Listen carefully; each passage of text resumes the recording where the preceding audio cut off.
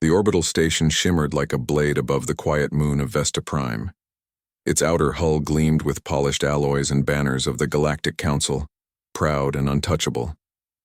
Beyond its panoramic glass, suspended in the black between stars, lay the Rust Fleet, a forgotten cluster of Terran cruisers that hadn't moved in more than 2 centuries. Their hulls were the color of dried blood and sand. Rust ran like veins down their sides. The stars reflected on their silent frames like candles on a tomb. Relics, an emerald-skinned admiral spat, the sound crisp against the briefing hall's pristine white tiles. Not warships, graves. A chorus of laughter followed. Alien officers in pressed uniforms, long ears, scaled faces, translucent skin, mocked with practiced ease. Humans in their museums. Another scoffed. I've seen freighters with more teeth. At the back of the room, Captain Elias Ren said nothing. He stood with his hands folded behind his back, the old Terran flight coat hanging off him like a memory. Its collar was frayed, the brass buttons dulled. His hair was streaked with gray, not from age alone, but from carrying the weight of something long forgotten. The laughter rolled through the hall, bouncing off polished glass and gleaming metal. Elias's jaw tightened, just enough to feel the bone press against his teeth. He stared through the transparent dome toward the Rust Fleet. The flagship, TSV Atlas, hung in the void like an old lion, scarred, proud, and silent. He could almost hear her heartbeat. Captain Ren, Admiral Threx called from the podium, his voice smooth with mock politeness. His tall frame and glimmering uniform radiated power, a power too young to remember Earth. Tell me, what does it feel like to serve on a museum piece? A ripple of laughter. Elias lifted his gaze slowly. He didn't look at Threx. He looked past him, past the hall, past the banners to the void where the Rust Fleet slept. It feels, he said softly, like standing in a cathedral no one remembers was built. For a heartbeat, silence settled like dust. Then more laughter, louder, crueler. Someone muttered, "Poet with a wrench." But Elias didn't flinch. He'd stood on the Atlas's bridge alone for decades. He'd walked her rusted corridors when the lights flickered and the AI cores whispered in broken code. He'd listened to the stars. He knew silence better than he knew applause. The meeting ended with the Council's usual pomp. Holographic fleet displays, weapon statistics, color-coded victory projections that looked more like paintings than plans. When the admirals left in their shining transports, Elias stayed behind. He walked to the edge of the viewing deck, boots ringing on polished steel. The Rust Fleet waited. The Atlas was still exactly where she had always been, stationed on the perimeter. Like a guard dog at the edge of the light, Elias pressed his palm against the glass. Cold, smooth, empty. "They think you're dead," he whispered. "They've forgotten what you are."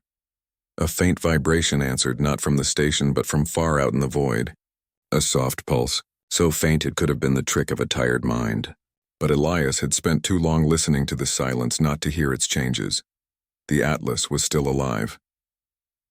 Down on Deck 12, where no Council admiral ever bothered to walk, the old Terran corridors smelled of machine oil and cold metal. A crew of 6, human, aging like him, kept the cruiser breathing. They worked with hands, not touchscreens, with grease, not gloss. Captain called Rafik, an engineer with soot-streaked cheeks. "You survived another Council comedy show?" Elias gave a faint smile. "They haven't learned any new jokes." "Maybe they will," Rafik said, turning a wrench, "the day their shiny toys stop working." The hum of failing lights filled the corridor. No one here wore perfect uniforms. No one saluted. They were the last keepers of a forgotten heartbeat, men and women who still believed that legacy wasn't measured in shine, but in the way steel endures silence. In the observation bay of the Atlas, Elias stood alone that night. The stars outside were endless, sharp, cold, beautiful. Somewhere out there Earth was gone, burned from history, buried under silence. The galaxy had moved on. But this fleet, this Rust Fleet, had not. He reached into his coat and pulled out a thin piece of steel, no larger than a hand. A prayer plate. It had been welded into the Atlas's original command chair. On it were engraved 3 words, carved by some nameless engineer 2 centuries ago. "We remember him." No one on the Council understood what "him" meant. But every Terran did.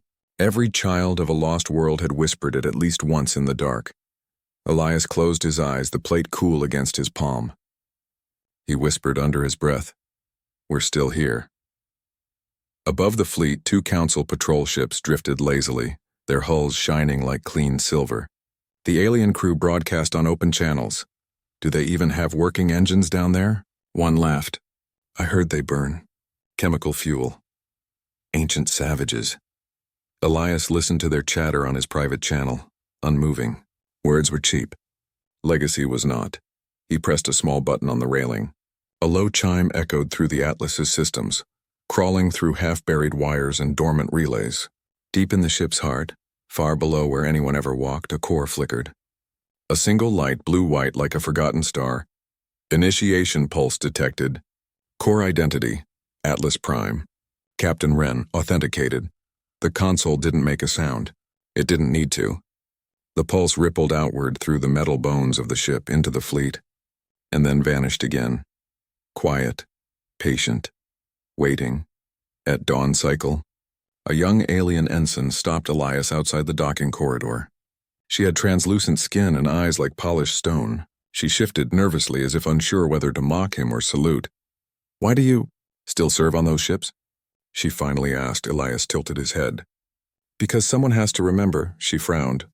"But they're obsolete. No hypercascade drives. No Neuralink cores. They're useless, are they?" he asked softly, almost to himself. The ensign hesitated, then added, "And why do your kind talk to the stars? I see you every night, praying." Elias didn't smile. He just looked at the stars beyond the corridor window, his voice low as a heartbeat.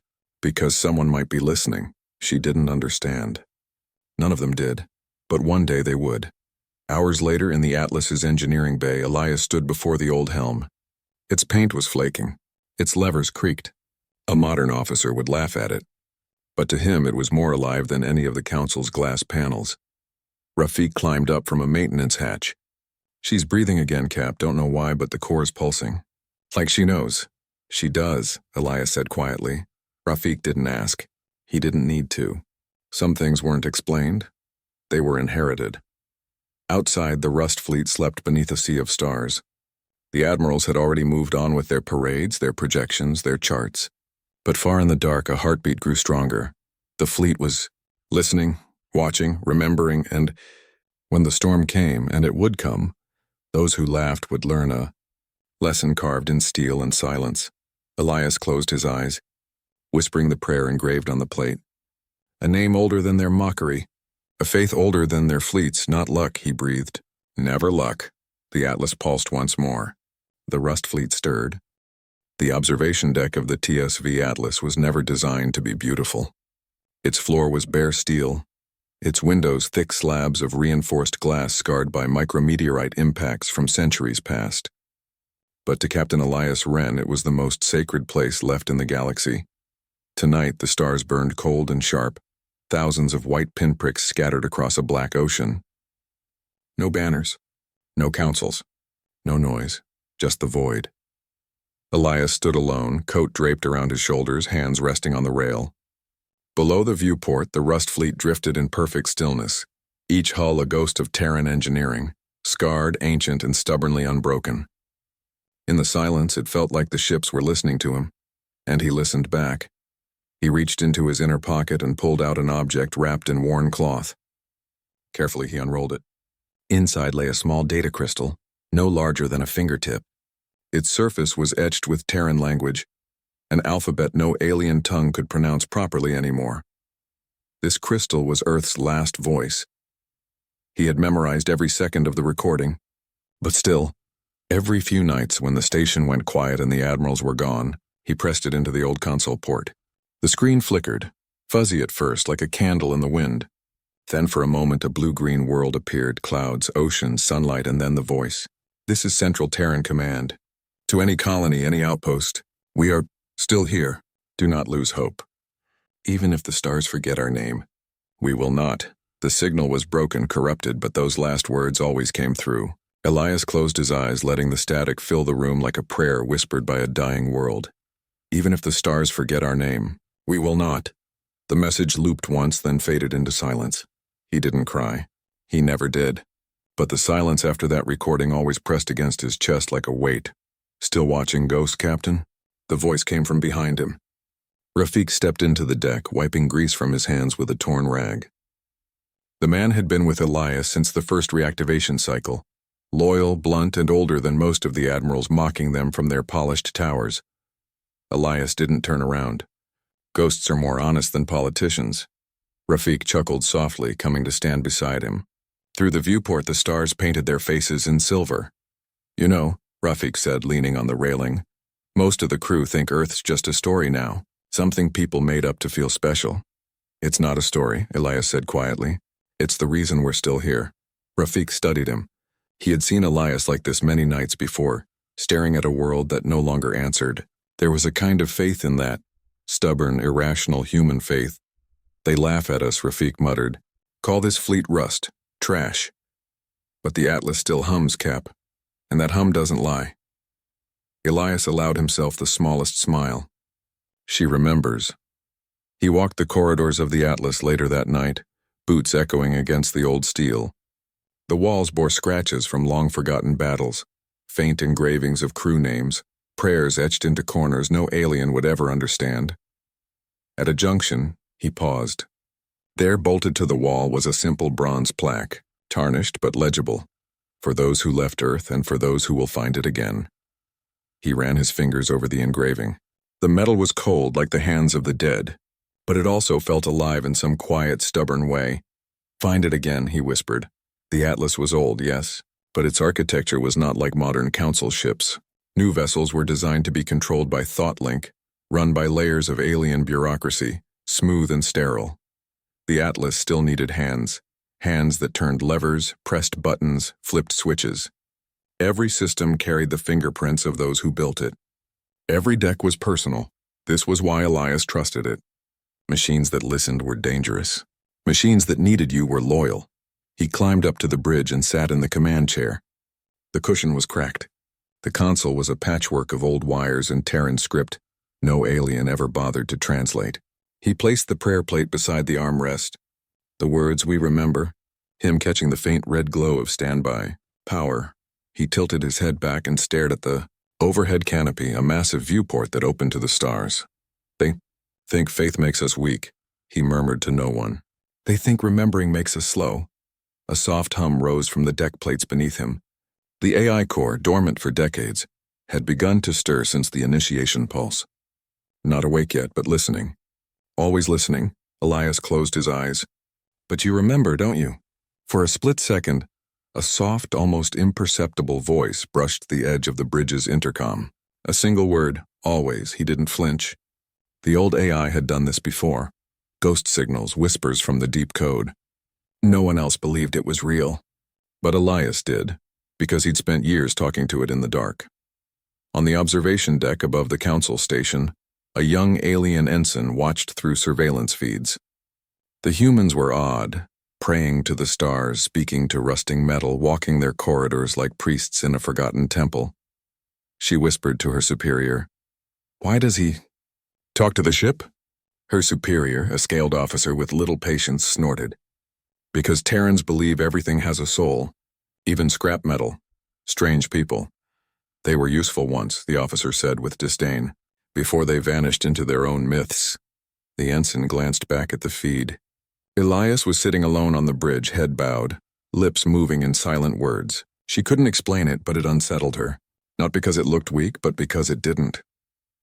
Hours later, in the small crew chapel, a room no alien ship carried, Elias knelt before a simple wall. No statues, no symbols, just a blank slab of steel. He whispered quietly, "If you're still out there, if any of this still matters, give me strength. Just enough for one more storm." He stayed there for a long time, not waiting for miracles, just listening. And somewhere deep in the ship, the heartbeat of the Atlas pulsed again, steady and quiet like an answer too vast for words. A sudden alert ping echoed through the old intercom. Rafik's voice came through, rough and hurried. "Captain, you might want to see this." Elias rose, heart tightening, not in panic, but in that quiet, familiar readiness that came from years of waiting. He stepped onto the bridge and the tactical screen flickered to life. At first it was static. Then faint traces, tiny red dots, began to appear at the very edge of Council space. Not near, but moving fast. They said the outer fringe was quiet, Rafik muttered, staring at the display. They said no one comes from that way. Elias didn't answer. He just stared at the red signatures crawling toward civilized space like sparks before a storm. They were still faint, like the whisper of distant thunder. But he'd seen storms before, and the Atlas remembered storms. He reached out, his hand brushing the prayer plate once more. Even if the stars forget our name, he whispered, repeating the old transmission, we will not. The Atlas pulsed again, the hum deepening through the decks. The mockery was fading into the background. Something was coming, and the Rust fleet was listening. The first alert didn't come with trumpets or alarms. It came as a whisper, a flicker in the deep-range tactical grid, so faint that most modern AI ignored it as background radiation. But the TSV Atlas was old, stubborn and handcrafted by human hands that mistrusted silence. Its systems didn't ignore whispers. They remembered them. On the bridge, the red dots pulsed faintly across the far edge of the holographic star chart. Elias leaned closer, the dim emergency light casting long shadows over the cracked console. The lines of the galaxy stretched before him like an ancient map. Somewhere out there, something moved with deliberate, predatory patience. Rafik, Elias said quietly. Magnify Sector 41A. The old engineer's boots thudded as he approached, wiping his hands on a rag. He leaned over the console, squinting. That sector's dead space. No colonies, no patrol routes. Nobody flies that far out. Elias didn't answer. The dots were faint but steady. Moving in formation. Whoever they were organized. And they were coming inward. Rafik exhaled, the sound rough. Well, hell. At the Council Orbital Command, glass and steel gleamed under the simulated daylight cycle. The war room, if it could be called that, was a place of ceremony more than strategy. Holographic banners floated like decorations, and alien admirals stood in uniforms too perfect to ever touch real war. Admiral Threx, tall and gleaming as ever, waved his hand over a transparent console. Long-range pings, he said dismissively. Probably phantom echoes. The Terran fleet's obsolete sensors pick up dust and call it an army. The others laughed, soft, polite, but condescending, as if war itself had become a myth. Elias stood at the edge of the room, silent in his worn black coat. He had requested this briefing himself, and they had reluctantly allowed it. In their eyes, he was just the caretaker of scrap metal. It's not dust, Elias said, his voice low but steady. Formation spacing is too clean. Someone's moving with intent. A scaled admiral lifted a perfect silver brow. Intent in dead space? Predators don't need welcome mats, Elias replied. The laughter stuttered, then resumed. Threx stepped closer, smiling the kind of smile people wore when they thought they were being clever.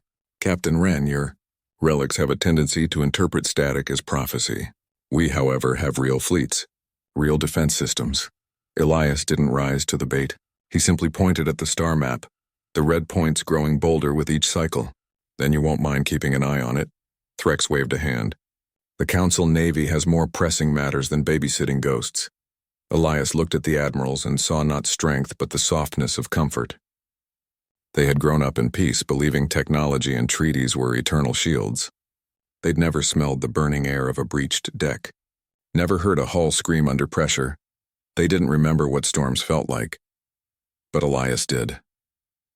Later on the Atlas, the bridge lights glowed amber, casting a warm hue over rust and steel. Rafik leaned against a console, frowning at the data readouts. They're not changing course. In fact, they're tightening formation. Elias stood behind him, arms folded, the prayer plate cold against his palm. How far? 80 light hours, Rafik muttered. At current speed, they'll breach outer defense perimeters in 3 days. And the Council? Filed it under monitoring, which means they're doing nothing. A hollow silence followed. The crew of the Atlas was small, barely a dozen humans scattered across a ship built for hundreds. But they were people who had lived too long on the quiet edge of the galaxy to ignore a coming storm. Elias looked out the viewport. The stars were still, deceptively peaceful. Then we watch, we listen, and we remember. 2 decks below, in the mess hall that smelled faintly of oil and recycled air, the young communications officer Lena Alvarez was patching through incoming chatter from the outer rim. Most were trading signals and weather data. But one transmission cut through like a knife, a panicked, fractured distress call. "They're not pirates, repeat, not pirates, hull breached, entire convoy." Then static. Lena's hands trembled slightly as she replayed it. The voice was human. Old colony dialect from the outer rim. She'd grown up hearing it in bedtime stories. Hearing it in a scream chilled something deeper. She bolted for the bridge. "Captain, it's real. Someone's hitting outposts." Elias took the datapad from her hands and listened. The terror in that voice was unmistakable. The hive had been quiet for a generation, but predators didn't vanish. They waited. Rafik muttered, "So much for phantom echoes." Elias pressed a finger to his comm unit. "Send the recording to Council Command. All channels, and log our sensor pings again." "They won't listen," Lena said. Elias didn't disagree. "Then we'll make them." Hours later, the Council Command Chamber buzzed with forced calm. A dozen alien officers circled the same star map, now undeniably redder. Distress calls were beginning to trickle in, not just static. Actual screams, broken comms, fleets vanishing. Admiral Threx's confident smile had faded into a tight line. "We are verifying reports." Elias stepped forward. "You don't have time to verify. You have time to act." One of the admirals hissed. "We will not mobilize an entire sector fleet over ghost raiders." "Those aren't raiders," Elias snapped, his first raised voice in years. The room fell silent. "Raiders scatter. This is a hive formation. They move like a knife. I've seen it before." Rafik had once called Elias a man who remembers too much. Tonight that memory was a weapon. "They don't want trade lanes," Elias continued. "They don't want negotiations. They want to erase." Threx exhaled through his teeth. "Even if that were true, what do you expect us to do? Your Terran scrap can barely fly." Elias stared at him steadily. "Then pray your new toys can." The silence that followed was heavier than steel. When Elias returned to the Atlas that night, the ship felt different. The hum beneath the deck plates was steadier now, not a whisper but a pulse. The AI was waking up. He stepped into the bridge, sat down in the old command chair, and placed the prayer plate against the console. He didn't speak. He didn't need to. The ship spoke first. "Storm," said the AI. The voice was faint, female, like the echo of someone speaking through water. Elias closed his eyes, exhaling through his nose. "Yes, a storm." "Orders?" "Not yet." He opened his eyes, the stars sharp and infinite before him. "We wait." "We remember," the AI whispered back. Elias smiled faintly. "Yes, we remember." The following day, the Council Navy finally called for a preliminary defense assembly. Not war, just precautionary posture. Their fleet gathered like a peacock opening its feathers, too polished, too slow, too proud. Their ships gleamed under the station's artificial light. The Rust fleet did not gleam. Its hulls were dull and quiet. But in their bones, ancient systems were stirring. Reactors groaning awake like old warriors lifting swords from long-buried earth. Lena watched the Council's formation from the Atlas's observation deck. "They look ready," she said softly. Elias shook his head. "No, they look pretty." That night, as the station slept in its soft orbit, Elias stood at the railing once more. His breath fogged against the cold viewport. He whispered to the stars, not to anyone in the Council, not even to his crew. "They're coming." For a long time there was only silence. Then, faint and distant, the void answered with a tremor on the outer grid, a new wave of signatures. Dozens, hundreds, too many. Elias lifted his head, eyes narrowing. The storm wasn't just on the horizon anymore. It was moving fast and no one was ready. The stars slid across the observation deck like liquid silver, reflected in the transparent canopy above Captain Elias Ren's head. The hum of the ancient engines was constant, steady, low, almost like a heartbeat. It had been so long since this ship, the vigilant Dawn, had felt alive that the sound almost startled him. For years it had been docked at the edge of the Terran belt, condemned to the scrapyards of history. Once a pride of Earth's old navy, now a relic only laughed at by the interstellar powers of the Council. Its plating bore scars from wars no one in the new generation even remembered. But now, with the galaxies convulsing in the shadow of a new war, it was breathing again. Ren placed his gloved hand against the cold metal of the bulkhead. It remembers, he thought, not with words, not with consciousness yet, but every groan in the hull felt like a whisper. These ships had been built with human stubbornness, a refusal to die. Engine integrity at 78%, reported Lieutenant Ray Halden, her voice crisp but charged with a subtle undercurrent of disbelief. AI core still dormant. But the neural lattice, it's warming up. Elias turned to her. Her short black hair clung to her forehead with sweat. The bridge lights painted thin blue lines on her face. Good, he said. That means it's listening. You really believe the old myths? She asked quietly. Ren allowed himself a thin smile. They're not myths. When I was a cadet, I saw one of these ships tear apart a cruiser twice its size. The brass said it was strategy. But those of us who were there, we knew. These ships learned. Halden frowned at the hollow panel, fingers dancing. Then let's hope your old ghost remembers how to fight. Outside the cruiser, the void stretched like an endless battlefield waiting to be claimed. The nearby system of Lysor burned faintly in the distance, its blue giant star a bruised heartbeat in the dark. Reports had already arrived. The Vorthen Collective had swept through 3 outer colonies like fire through dry fields. Their warships moved like predators, fast, coordinated, merciless. And the Council fleets? They'd fallen apart like glass in a storm. All that cutting-edge tech and not enough heart. Captain, came a softer voice from behind. It was Malik Idris, the ship's chief engineer, older than anyone else on the crew.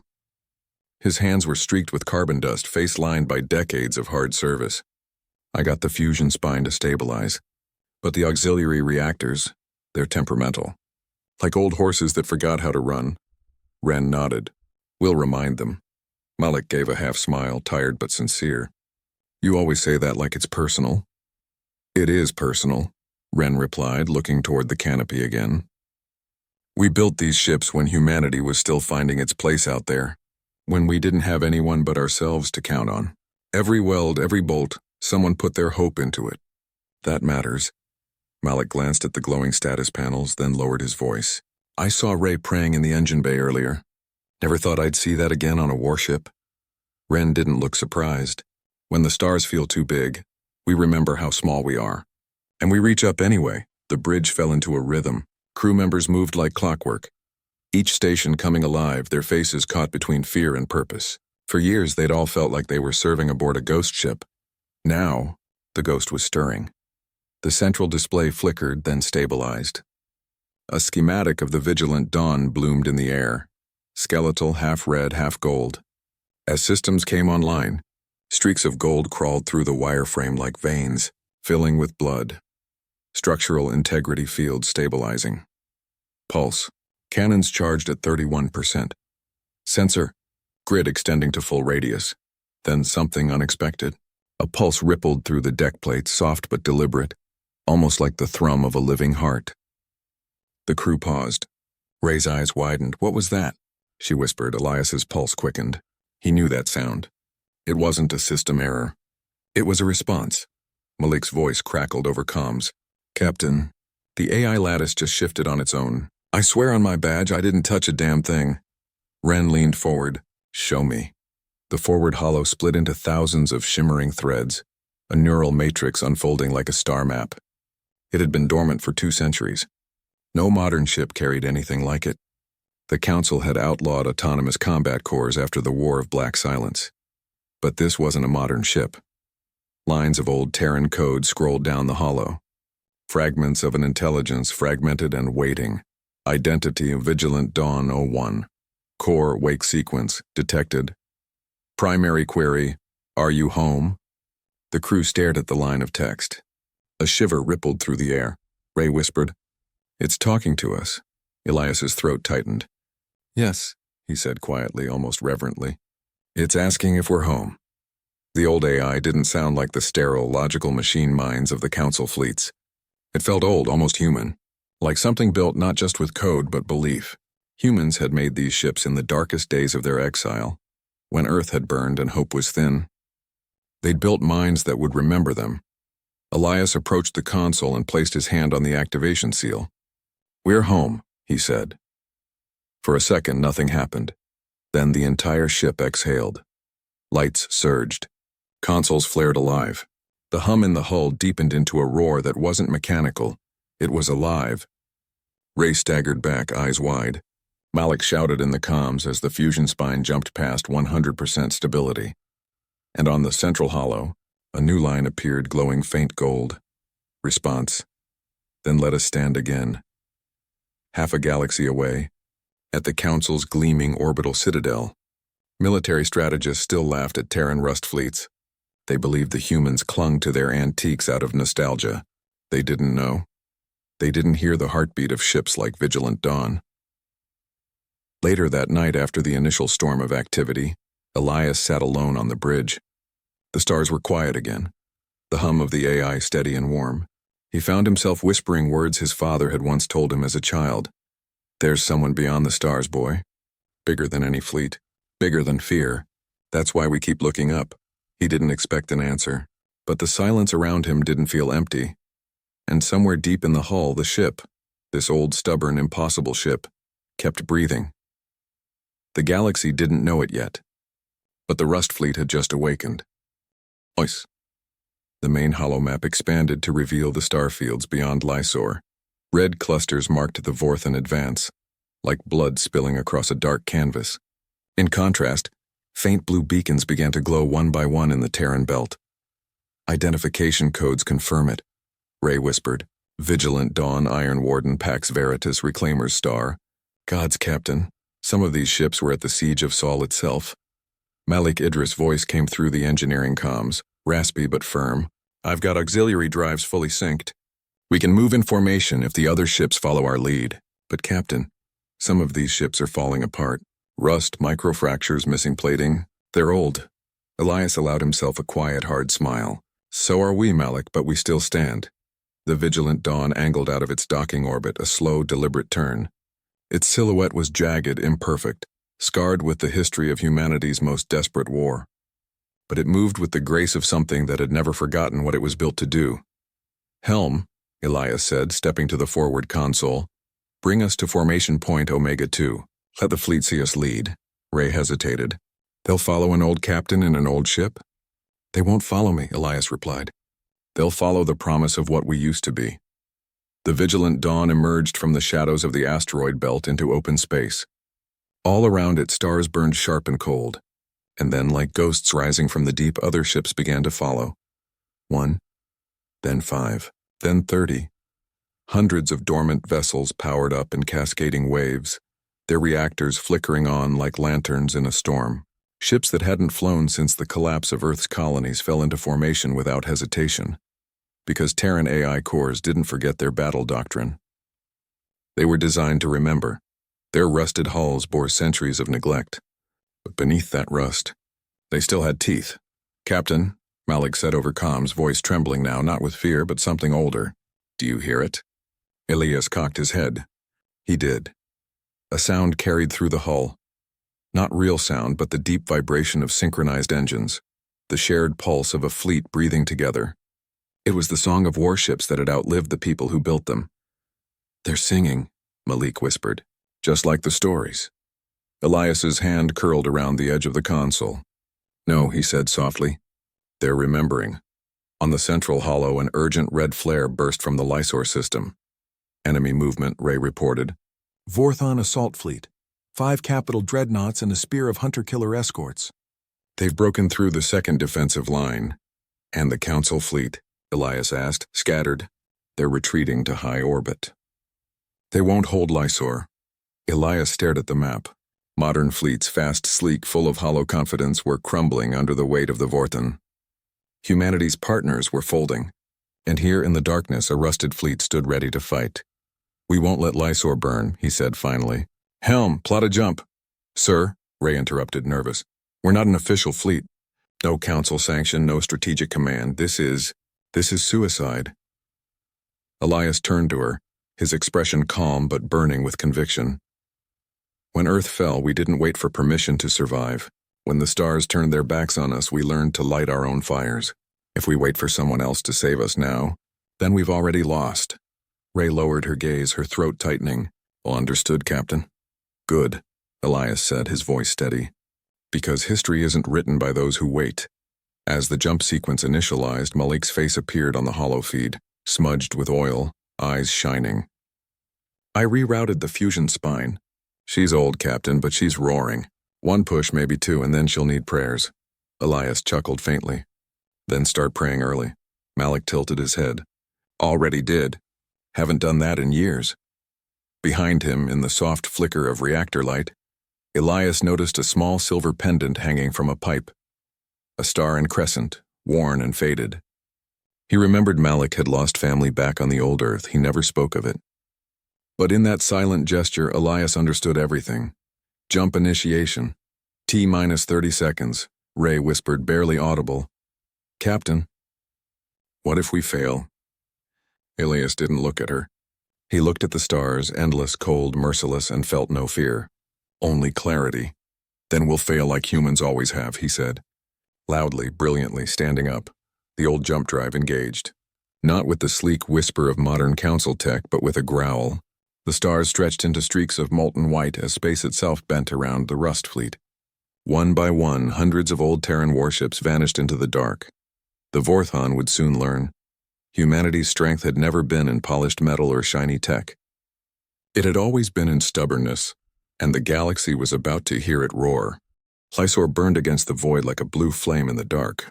The star's light rippled across the shattered wreckage of orbital defense stations. Cold, silent tombs floating in a battlefield not yet cooled. Where once the Council fleet had held the line, now only drifting husks remained. Their polished hulls split open like paper. Then, space shuddered. A pulse rippled through the dark like a drumbeat, one after another. They arrived, rusted, scarred, forgotten, yet alive. The Terran Rust fleet tore open the night in a storm of old jump drives and flashing ignition trails. Vigilant Dawn emerged at Point Omega 2. Her hull reflecting the star's glow like a sword half buried in ash. Fleet emergence complete, Ray Halden reported from comms, voice shaking not with fear but weight. 243 Terran hulls accounted for. Jump degradation minimal. Elias Ren exhaled slowly. They made it. The hollow table in front of him painted a grim picture. The Vorthon Collective's fleet, sleek black warships that moved like a blade, was already in orbit. 5 capital dreadnoughts, 31 hunter-killer escorts, and a cloud of drone frigates surrounded the Lysor primary station like carrion birds circling a corpse.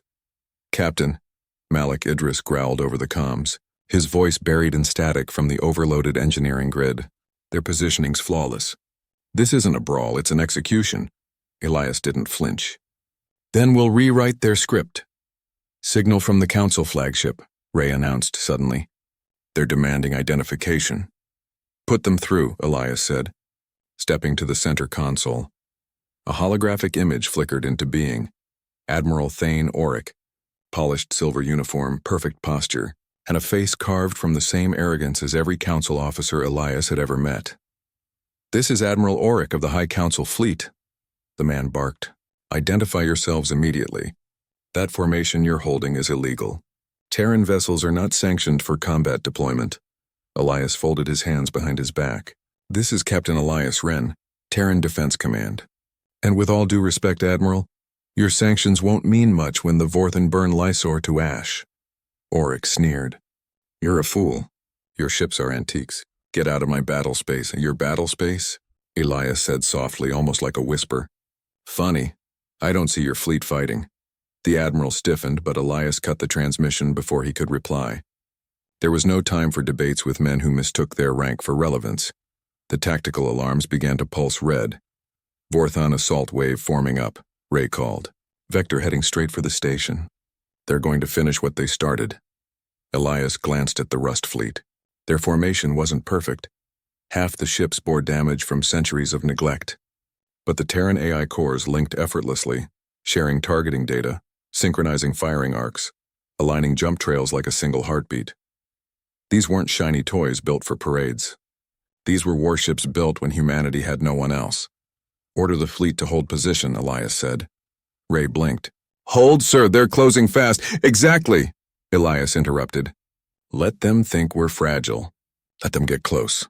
Malik's voice cut through the comms, a low rumble beneath reactor noise. Captain, If we're doing what I think we're doing, the fusion spine's going to hate you for this. Elias smiled faintly. Tell her I'll buy her a drink after the war. She's 300 years old. Captain, then I'll make it a vintage. The Vorthan dreadnoughts closed in, silent, disciplined, their formation like a blade sliding into the Terran line. They'd faced council fleets before. Polished fleets. Predictable fleets, but they had never fought the old Terran warships. When the enemy reached critical proximity, the Rust fleet moved, not like a modern navy, rigid, pre-programmed. No, the old AIs had learned war the hard way. The Vigilant Dawn shifted its position with brutal precision, locking firing arcs in 3 dimensions, and then the sky erupted, pulse cannons, kinetic rail slugs, magnetized shrapnel torpedoes, primitive by modern standards, yet devastating in close quarters. The Vorthan shields flickered as the first wave struck. Direct hits on lead dreadnought, Ray shouted. Shields at 72%. 64%. The enemy responded with surgical brutality. Twin plasma lances arced through the void, carving into a Terran destroyer. The Iron Warden split open like a bleeding heart. But even in death, the old ship's AI refused to die quietly. Its magazine detonated, taking 3 hunter-killers with it. Elias clenched his jaw. Remember them, he murmured. Ray's hands flew over the console. We're outnumbered 3-1. That's never stopped us before, Elias replied. Vector us closer to the dreadnought spear. Malik growled through static. Captain, that's suicide. Elias smiled coldly. No, that's humanity. The Vigilant Dawn dove into the formation like a wolf among jackals. Railguns spat molten death. Torpedoes streaked through fire trails. One of the Vorthan dreadnoughts turned its guns too late. The old cruiser slid underneath its shields, hugging the hull so close their plasma cannons overshot. Charge up the spinal coil, Elias ordered. That'll fry the conduits. Malik barked. Then fry them. The main coil cannon, obsolete, cumbersome and supposedly tactically irrelevant by council standards, glowed white-hot. Fire. The beam slammed upward through the dreadnought's underbelly. The Vorthan warship cracked like an eggshell, its reactor core blooming into a silent, magnificent sun. The bridge shook from the blast wave. Ray covered her ears. Malik swore over comms. But the Vorthan line was bleeding, and the Rust fleet kept pushing. Across the field, council ships watched in silence as the Terran Rust fleet tore into the enemy with savage precision. It wasn't clean. It wasn't elegant. It was war. On one of the council bridges, an officer whispered in awe, "They're not fighting like us. They're fighting like they want to win." Enemy dreadnought down, Ray breathed, her hands trembling over the console. Elias didn't celebrate. Mark the wreckage. Move to the next target, but Captain, she whispered, we killed a Vorthan dreadnought. No one's done that in years. Elias looked at her, eyes steady as iron. Then they're about to remember who we are. Outside the viewport, debris drifted like ash in starlight. Somewhere in the engine bay, Malik whispered a quiet prayer under his breath. Not out of habit, but gratitude. Ray glanced at him. You really believe someone's listening? She asked softly. Malik didn't look up. Look around, Lieutenant. We should have been dead 10 times already. Someone's keeping us breathing. Ray said nothing. But in the silence between explosions, she wondered the same. As the first wave of Vorthan ships faltered under the unexpected ferocity of the Terran Rust fleet, Elias Ren tightened his grip on the command rail. The enemy had come to burn humanity's last light, but they hadn't expected that light to fight back. The void above Lysor was burning. Wreckage spun through the starfield like shrapnel from a god's hammer. Vorthan dreadnought fragments burned orange against the blue glow of the system's star, their shattered hulls twisting slowly as atmosphere vented into the infinite black. Captain Elias Ren stood at the forward viewport of the Vigilant Dawn, shoulders squared, hands gripping the command rail. His knuckles were white beneath the gloves, but his eyes, steady, unblinking, were colder than the void around them. Enemy first spear broken, Ray Halden reported. Her voice was shaky, but it carried a note of disbelief. 3 dreadnoughts crippled, 1 destroyed outright. 20 hunter-killers scattered. They're regrouping. They'll hit harder next time, Elias replied. They always do. Malik Idris's voice cut through the comm channel, ragged and coughing through static. Captain, I've got half the conduits burned out. That coil shot ripped the plasma channels like wet paper. I've got engineers working on duct tape miracles down here, but you need to know. She's bleeding. Elias exhaled through his nose. Of course she is. The Vigilant Dawn wasn't built for prolonged modern warfare. None of the Rust fleet was. These ships were ghosts given new breath, and each breath cost them something. On the hollow table, the Vorthon fleet shifted formations, tightening, angling their remaining dreadnoughts inward like the jaws of a predator. They'd underestimated humanity once. They wouldn't do it again. Sir, Ray whispered. They're adapting. Elias nodded slowly. Good, so are we. He tapped a control rune on the table. Dozens of Terran ship icons lit up with a faint golden pulse. The AI cores were already calculating, anticipating. Unlike the Vorthon command hierarchy, these ships didn't wait for orders. They remembered how to fight like humans. Dirty, clever, and relentless, Captain, came a crackled voice over the wideband. It belonged to Commander Yara Toe, captain of the Pax Veritas, a cruiser even older than his. Our aft shielding is down to 30%. If they focus fire, we won't last another pass. Then don't let them focus, Elias answered. Swing your formation behind Reclaimer's star and push your forward batteries to full. Make them chase ghosts, copy, she replied. There was a beat of silence. It's an honor, Captain. Don't say your goodbyes yet, Elias said quietly. We're not done making history. Minutes bled into seconds as the battlefield reset itself. The Vorthon's second wave advanced. Tighter, colder, with the precision of a predator now aware its prey had teeth. The Vigilant Dawn shook violently as the first salvo hit. Plasma fire glanced off the outer hull, blistering ancient plating but not breaking it. Malik swore so loudly over the engineering comm that even the bridge crew cracked a grim smile. Main spine's holding, he shouted. Barely, like a 90-year-old man running a marathon. Then tell him to keep running, Elias answered. Second dreadnought locking on, Ray said. Her hands flew over the console, pupils darting between threat vectors. They're trying to pin us between two flanks. Then we won't be where they think we are. Elias keyed into the fleet channel. All Rust ships, code black maneuver. Bait and drift pattern. You know it. There was no verbal acknowledgement. There didn't need to be. The AIs had learned this tactic long before Ray was born. The entire Rust fleet broke formation, sloppy, chaotic, almost like panic. The Vorthon command no doubt saw prey scattering. They pressed in, chasing the illusion, and then the fleet vanished, not in reality but in sensor profile. Old Terran hulls carried plating and heat sinks designed to fool scanners from a time when survival meant staying hidden. One by one, the Vorthon target locks failed. Where the hell did they go? Ray whispered.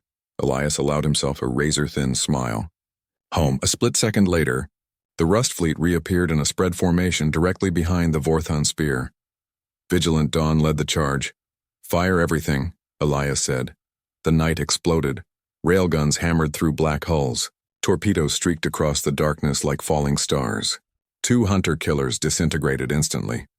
A dreadnought reeled, its flank glowing like molten iron. Malik's laughter crackled through the channel. You beautiful rusted monster. But victory was never clean. A Vorthon plasma lance punched through the Pax Veritas's midsection. The ship's AI screamed through the network, a raw digital roar, then went silent. The cruiser split in two, venting fire and frozen bodies into the void. Ray's voice cracked. Pax Veritas is gone. Elias closed his eyes for the briefest moment. Yarato's last words echoed in his mind. It's an honor, Captain. Mark their position, he said, voice low and steady. We'll bring them home when this is over. As the second wave fell into disarray, Council reinforcements finally emerged from high orbit. Their ships, sleek, polished silver, slid into position behind the Rust fleet. For the first time, the Council wasn't laughing. They were following. Admiral Oryx's voice came through, sharp but clipped. Terran fleet, this is Oryx. You've created an opening. Our ships will flank the remaining dreadnoughts. Elias didn't respond at first. Oryx's voice was different now, stripped of arrogance, laced with something he hadn't heard before from a Council admiral. Respect. Then don't waste it. Elias finally answered. The battle entered its third act, a storm of iron and flame. The Vorthon dreadnoughts, once so sure of their superiority, found themselves fighting enemies that refused to break. Human ships bled, but they bled like iron. Every scar answered with fire. "Captain," Ray said, breathless. "I've never seen anything like this." Elias didn't look away from the stars. "You're seeing humanity at its best. When everything's broken, and we still fight." Somewhere below decks, Malik leaned against a scorched wall in engineering, wiping sweat and grease from his face. The fusion spine was glowing like a second sun. He whispered softly, "Someone up there's keeping us alive." A young technician overheard him and asked, "Sir, do you really think someone's listening?" Malik chuckled weakly. "Kid, after what we just survived, I'd be a fool not to." The second Vorthan dreadnought buckled under combined Terran Council fire, its reactor going critical in a silent bloom of gold and red. One more giant had fallen, but Elias didn't celebrate, because giants always had brothers, and the biggest one was still coming. The alien jungle was wrapped in a suffocating silence, not the gentle quiet of peace, but the brittle, glass-sharp stillness of something waiting to shatter. Only the soft hum of bioluminescent vines and the occasional drip of phosphorescent water broke through the air. Captain Kalen's boots sank into the moss with each step, the ground beneath whispering like wet paper. His breath formed pale clouds against the cold glow of the alien flora, and behind him the squad advanced with disciplined precision. They were 7 now, out of 42. Above the thick canopy, the night sky pulsed with silent storms, a bruise of black and violet, veined by silver arcs of distant energy. The orbiting wreck of the cruiser still burned faintly on the horizon like a dying ember, marking the place where the first blood had been spilled. It was from there they had begun their march into the jungle, following the faint signal of the missing core relay, the one thing that could still save humanity's foothold in this sector. But the deeper they went, the less the world felt alive in the way Kalen understood life. The vines did not bend when touched, they recoiled. The trees seemed to grow in deliberate patterns as if obeying unseen commands, and the air carried a static charge that crawled under the skin like an electric whisper. Sergeant Hale, moving 2 paces behind Kalen, lowered her rifle slightly. "Captain," she murmured through the comms, "do you feel it too?" Kalen didn't answer immediately. He didn't need to. Everyone could feel it, the sensation of being observed by something enormous and patient.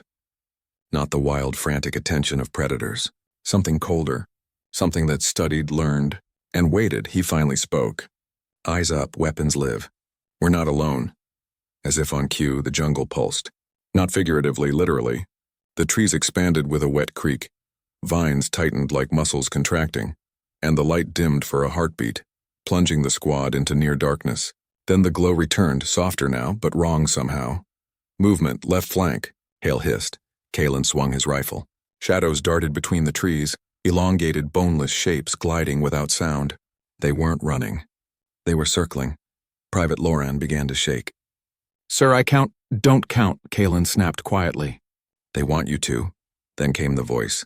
It wasn't heard through the ears, but inside the skull, sliding in like a whisper through a crack in a wall. "Why did you return?" The squad froze. One of the shadows detached from the darkness, standing just beyond the arc of the glow. It wasn't humanoid in any familiar sense. Its body shimmered like liquid metal, its shape constantly folding and refolding on itself, as though its skin was a mirror of forgotten memories. Where a face should have been, there was only a smooth expanse that reflected their own terrified eyes. Kalen felt a pressure building behind his eyes, like someone was peeling open his thoughts. He clenched his jaw. Defensive perimeter. Do not break formation. The entity stepped closer. With every inch it advanced, the jungle seemed to draw inward, as if leaning in to listen. "You left us burning in the dark," the voice echoed. Not from one direction, but from every tree, every leaf, every drop of water around them. And now you bring war again. Something old and cold was speaking to them. Hale raised her weapon, but Kalen put a hand on her arm. "Hold," he whispered. The entity tilted its head in an almost human gesture. Then another voice joined in, a child's this time, faint and fractured. "Help us, please." Lauren's breath caught. My sister," he stammered. "That's her voice." Kalen's blood ran cold. He'd seen this before.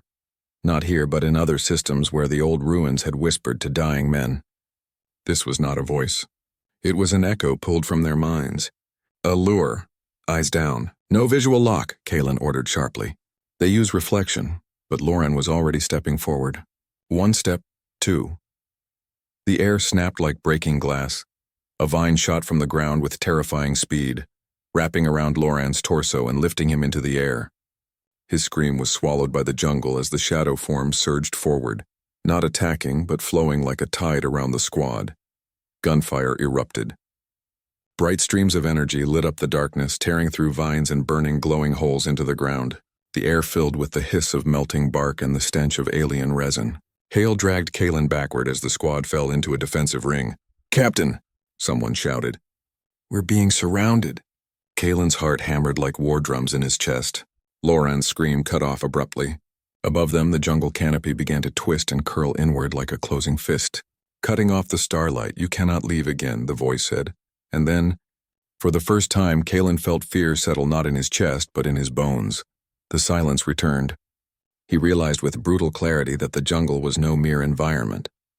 It was a single living organism, and it had just decided to keep them. The jungle moved like a living lung, exhaling with a long, wet sigh as the last echoes of Loran's scream faded into the trees. It wasn't wind. It was breathing. Captain Kalen's boots pressed deeper into the soft moss, which now pulsed faintly beneath his feet. A rhythm that matched no heartbeat he knew. The canopy above had sealed itself entirely, letting through only thin, trembling veins of light. In that dim green-black, the shadows weren't just around them anymore. They were part of the air. "Check your corners," Kalen whispered into the comms, though every instinct told him that whispering made no difference now. They were inside something's body. Their voices, their breaths, every vibration. They were all being heard. Sergeant Hale crouched next to a shattered vine, her gloved fingers slick with black-green fluid. "Sir, this isn't a forest." Her voice was a dry whisper. "We're walking on nerve tissue." Kalen's jaw tightened. "I know." He had seen living worlds before, remnants of the elder species that built entire ecosystems as sentient machines. But this was different. This was not constructed. This was born. A tremor passed through the ground. The vines rippled outward like muscle fibers reacting to pain. Then came the sound, distant, low, a rumble that wasn't thunder. It came from below, deep below. "Sir, movement under us," Hale warned. Private Ashwin dropped to one knee, setting his sensor pack on the ground. The display lit up in a frenzy of red signals. "It's everywhere," he breathed. "It's not one thing, it's a network." Kalen stared into the blackened trees, remembering the words that had echoed in his skull. "You cannot leave again." The voice had felt old. Not like something learning language, but like something that had spoken before humans ever existed. A series of wet, cracking noises erupted around them as the trees began to bend inward, closing the path behind. Their way back was gone. "Forward," Kalen ordered. "We find the relay. We stay moving. Stopping is death." The squad advanced into the thickening fog, their footsteps muffled by the damp, nerve-like ground. They moved in tight formation, guns up, sensors pinging weakly through the interference. It was then that they saw it. The jungle suddenly dropped away, revealing a massive circular clearing, perfectly symmetrical. In its center yawned a fissure, no, a mouth, a colossal opening rimmed with fibrous tendrils that pulsed and twitched like lips. A deep green light bled upward from within, too steady to be natural. The air around it smelled of rust and rain on bone. Ashwin stumbled back. "What the hell is that?" "The heart," Kalen muttered. "Or something worse." Hale's rifle trembled slightly in her grip. "Captain, it's calling." And she was right. Beneath the low hum of the jungle, a soft frequency pulsed in their skulls. It wasn't words anymore. It was a pull, a gravity of the mind, dragging their thoughts downward into that glowing maw. Kalen clenched his teeth as the pressure behind his eyes spiked, hot and sharp. He felt something push against his memories, like fingers peeling back the pages of his mind. Private Koro screamed and dropped his weapon, clawing at his helmet. "Make it stop. Make it." He never finished. A vine shot from the ground like a spear, impaling him through the chest. His body went limp before hitting the moss, and the vine dragged him, slowly, almost gently, toward the mouth. "Cover fire," Kalen roared. The clearing erupted in gunfire and plasma bursts. The jungle reacted, not with rage but with surgical precision. Vines coiled and snapped, absorbing the shots like a sponge soaking blood. The more they fired, the more the ground fed on the heat. Kalen realized then they weren't fighting a creature. They were feeding it. "Cease fire," he barked. The squad obeyed, panting. Their weapons hissed softly with cooling metal. And in that new silence the mouth widened, its glowing throat revealing layer upon layer of bone-like structures spiraling downward like a cathedral carved into flesh. "Come home," the voice whispered. Not in the air, but inside their blood. Ashwin's eyes glassed over. "It's showing me," he murmured. "Stars, oceans, before the war." Kalen grabbed his collar. "Ashwin, listen to me." But Ashwin was already walking. Into the mouth. His footsteps were almost peaceful. No vines grabbed him. The organism didn't need to. It had already taken his will. Hale swore and lunged to grab him, but Kalen held her back. "Don't, it wants that." Ashwin stepped over the threshold. The glowing tendrils folded inward like petals around him, and he was gone. No sound, no scream. Kalen forced air into his lungs. "We're ending this. That relay is down there. This thing wants us to kneel. We'll burn its heart instead." Hale's eyes flickered with something between fear and fury. "Sir, you're suggesting we go inside that?" Kalen checked the charges on his belt. "I'm not suggesting." The jungle trembled again, stronger now. As if sensing their intent, the mouth tightened, preparing to close.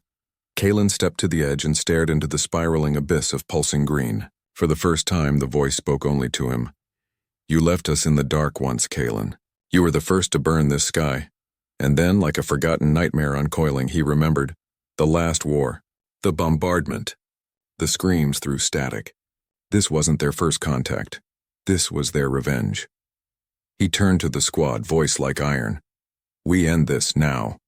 And one by one, they followed him, down into the mouth of the world. The air grew colder with every step they took down the spiraling throat. The walls were slick, pulsing with a faint green luminescence that painted their faces in ghostlight. It smelled of old copper, wet soil, and something disturbingly sweet, like the breath of something that should have been dead but wasn't. Captain Kalen tightened his grip on the plasma rifle slung against his chest, boots slipping slightly on the damp nerve-like tissue. Above them, the mouth of the world had already sealed shut, cutting off the last trace of daylight. There was no way back now, only forward. Hale's voice was a low rasp in the darkness. "Sir, it's breathing faster." Kalen didn't need his sensors to confirm it. He could feel it.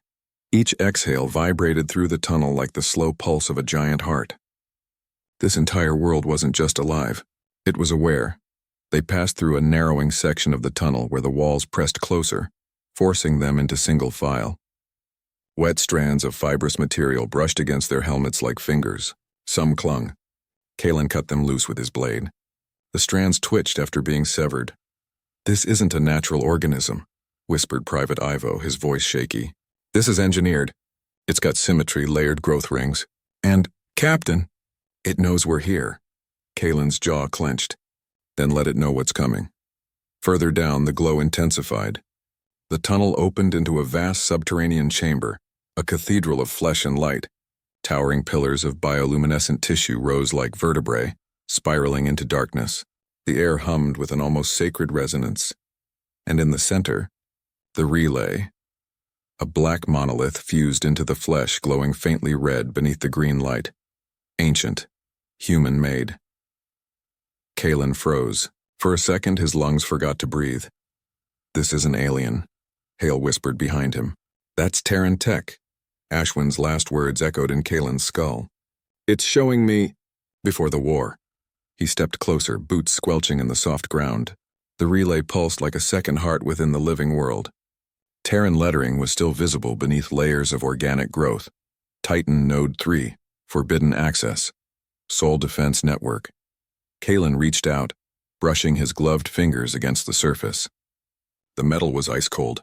A sudden surge of memory, no data, hit him like a flood. Flashes, skies burning.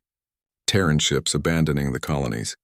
The order, burn the infected worlds. They had done this. Humanity had built this relay. Humanity had burned this planet to contain something, and it hadn't died. It had remembered. Behind them, the walls began to move. Vines uncoiled from the ceiling like predators waking from sleep. Tendrils slithered along the floor, circling the squad. A low, almost sorrowful voice thrummed through their bones. "You brought the fire. You brought the silence. Now you will listen." Kalen raised his weapon, scanning the shadows. "We're not listening," he growled. "We're ending it." The ground split open and a shape rose from the abyss beneath the relay. It was humanoid, almost, but formed of coiling vines, bones, and black fluid. Its face was a mask of shifting roots, and within that shifting bark, faint human eyes glimmered like dying stars. Hale stepped back, breath catching. "Oh God, it's wearing them." The voice came again, not from its mouth, but through the air itself. They prayed to be spared. "You turned them to ash. We grew from their silence." Ivo dropped to his knees, clutching his ears. "It's in my head." Kalen gritted his teeth and stepped forward, rifle aimed. "You want justice? I'm not the man who burned this world, but I'll finish what they couldn't." The creature tilted its head, a soundless gesture of ancient contempt. "You came again with your guns, not prayers." And then the tendril struck. The cavern erupted into chaos. Vines lashed out, wrapping around limbs, crushing armor like paper. Hale screamed as a tendril wrapped her leg and dragged her toward a pulsing pit. Kalen fired, plasma rounds tearing through the tissue, the heat forcing the vines to recoil. He grabbed Hale's arm and hauled her upright. Her face was pale, breathing ragged. "Why are we fighting a ghost?" she hissed. "Because ghosts don't forgive," Kalen said, voice cold. Ivo slammed a charge against a supporting pillar of bone vine. "Explosives ready!" The creature moved like smoke through the chamber, its form shifting, twisting, sprouting new limbs and faces. Some alien, some human. Its voice deepened, resonating like a choir trapped underwater. "We were your brothers, your children, your prayers." A wave of tendrils surged toward the relay. Kalen's blood ran cold.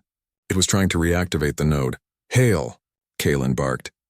"Cover fire on the relay." "Ivo, detonators ready. If this thing brings Titan node online, this entire sector burns again." Hale opened fire, plasma bursts lighting the chamber in blinding flashes. The creature shrieked, not in pain, but like a storm twisting in on itself. Kalen sprinted toward the monolith, ducking under a vine whip that shredded the air where his head had been. His hand slammed against the cold surface of the relay again. This time he spoke. "Override. Captain Elias Kalen, Terran Navy." The relay flickered weakly, ancient protocols whispering through the machine. "A ghost of Earth's forgotten wars." Voice print recognized. Status decommissioned. Emergency detonation protocol. Available. Kalen's pulse hammered. One push, and this whole living world dies with it. Behind him, the creature roared. It struck him like a tidal wave, slamming him into the monolith. Pain burst through his ribs. Vines coiled around his throat, lifting him off the ground. Its shifting human faces stared into him, whispering 100 prayers of the dead. And then, through the chaos, he heard Hale scream, "Kalen." He met the creature's gaze, or what passed for one, and rasped out between clenched teeth, "Someone still hears us." The creature hesitated. Just for a breath, Kalen slammed his palm down. Confirmed detonation, Ivo hit the detonator. A deep rumble began beneath their feet. The relay's core lit up like a star being born. The walls screamed, actually screamed, as the organism realized too late what was happening. Kalen broke free of the tendrils, gasping. "Fall back," he shouted. The squad ran toward the rising tunnel as the entire chamber shook, bioluminescent walls turning blood red. The creature clawed upward, its many faces melting into a storm of fury and sorrow. "We were your children," it bellowed. Kalen looked back once, breath raw. "Then know this, children aren't forgotten." But monsters are stopped. The explosion hit like judgment. A blinding white light devoured the chamber. The relay disintegrated into a sunburst of energy, and the living world screamed as its heart was torn apart. Kalen and Hale were thrown upward through the collapsing throat, vines flailing like dying serpents. The world's breath went shallow, then still. When Kalen opened his eyes, he was lying on wet soil beneath a blackened sky. The jungle was burning, not with ordinary fire, but with cold, pale flame that devoured without heat. Hale coughed beside him, bruised but alive. Ivo's silhouette limped out of the smoke. Kalen stared at the glowing horizon. The organism's network was dying, the planet exhaling one last breath. He closed his eyes and whispered, not to the creature, not to the war, but to the quiet above the stars. Not luck. Someone wanted us to live. For the first time in years, Hale didn't laugh at his faith. She just nodded. Above them, the relay's light died. But something in the stars had heard. Silence. For the first time since their boots touched the surface, there was no heartbeat in the soil, no whisper in the air, no unseen breath brushing their necks. The living world that had trapped them, judged them, was finally still. Captain Elias Ren pushed himself to his knees, coughing out soot and blood. The sky above was a bruised gray, streaked with the pale afterglow of the detonation. A soft, bitter wind swept over the charred plains where the jungle had once lived and breathed. What had felt infinite now lay in quiet ruin. Hale knelt beside him, helmet cracked, armor scorched. "It's over," she rasped, though she didn't sound convinced. Kalen stared at the horizon. The planet was still bleeding light, greenish rivers of dying bioenergy seeping into the cracked earth. "No," he said quietly.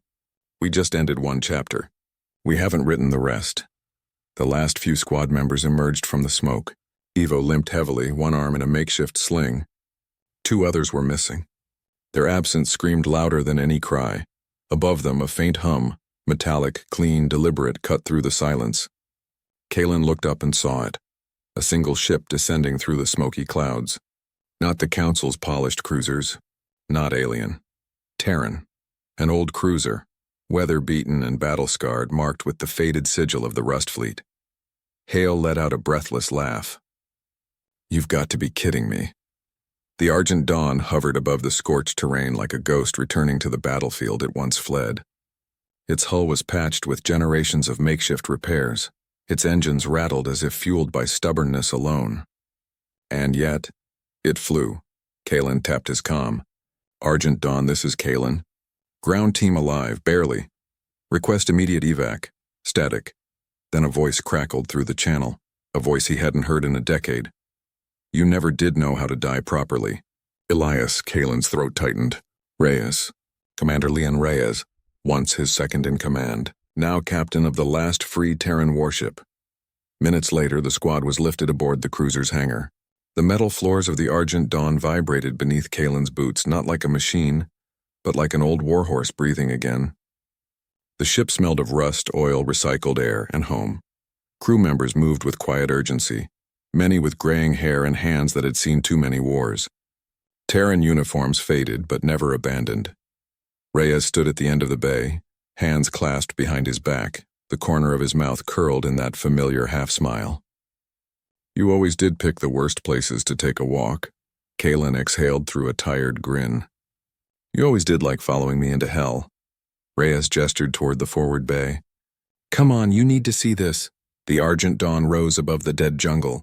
From orbit, the planet no longer looked like a living thing. The pulsing veins that had once encircled the land were gone, replaced by black scars spiderwebbing across the continents. And in the center of it all, a single signal flickered weakly from the remains of the relay site. Hale frowned at the display. "What is that?" The relay should have been vaporized. Reyes crossed his arms. It was, but something piggybacked on the detonation wave. A data burst. Kalen stepped closer. The transmission was faint, incomplete, but unmistakably Terran. Old encryption. A code from the early defense network days. Hale muttered. "No one's used that protocol in over 2 centuries. Kalen stared at the pulsing signal. His heart thudded once, slow and heavy. Someone just did. The ship's AI, a grainy-voiced relic of a forgotten era, processed the signal. Origin Deep System Relay. Hidden node. Message fragment attached. The hologram on the bridge flickered to life. A broken voice came through, distorted by time. "Arc Titan. Alive. Return." Coordinates. The entire bridge went silent. Arc Titan, the original war engine. The ship that carried humanity's last forbidden AI core. The ship that had vanished when Earth fell silent. Reyes broke the silence first. "If that ship still exists, it changes everything." Hale shook her head slowly. "Or ends everything." Kalen didn't look away from the flickering light. His fingers clenched the rail. He remembered the creature's final words. "You brought the fire. You brought the silence. This wasn't the end. It had been a warning." Hours later in the med bay, Kalen sat alone by the viewport. Outside, the dead world burned itself into ashes beneath the cold stars. He closed his eyes, exhaustion pulling at the edges of his mind. A faint whisper of prayer escaped his lips. Not formal, not scripted, just a man, broken and alive, whispering to the one he hoped still listened. If you spared me again, then there's a reason. There has to be. The stars were silent. But sometimes silence wasn't absence, it was a kind of answer. Hale entered quietly, leaning against the doorframe. Talking to the void again, Captain? Kalen smiled faintly without looking at her. Not the void. She walked over, following his gaze to the stars. We should be celebrating. But you're staring like you've already packed for another war. Kalen's voice was low, steady. Because we have. Council fleet, 3 days later, the transmission from the Argent Dawn reached the core worlds. Council delegates and admirals argued over the data burst, dismissing it as corrupted relic nonsense. But a few listened, because they had mocked the Rust fleet once, and then watched it move like nothing they'd ever seen. Terran fleet, outbound vector. The Argent Dawn led a formation of old Terran warships, their hulls worn but engines burning bright. They weren't polished. They weren't pretty, but they endured. Kalen stood on the command deck, hands resting on the railing, the stars stretching before him like an unwritten page. Behind him, a quiet world burned. Ahead of him, Arc-Titan waited. Rhea stepped beside him. We might be walking into something worse than what we just crawled out of. Kalen's jaw set, eyes steady. Then let it know who's coming. Hale's voice crackled over comms. Fleet ready for jump. Kalen glanced at the stars one last time. They burned our worlds. They forgot our names. But we are still here, and with a single command the stars bent. Engage jump.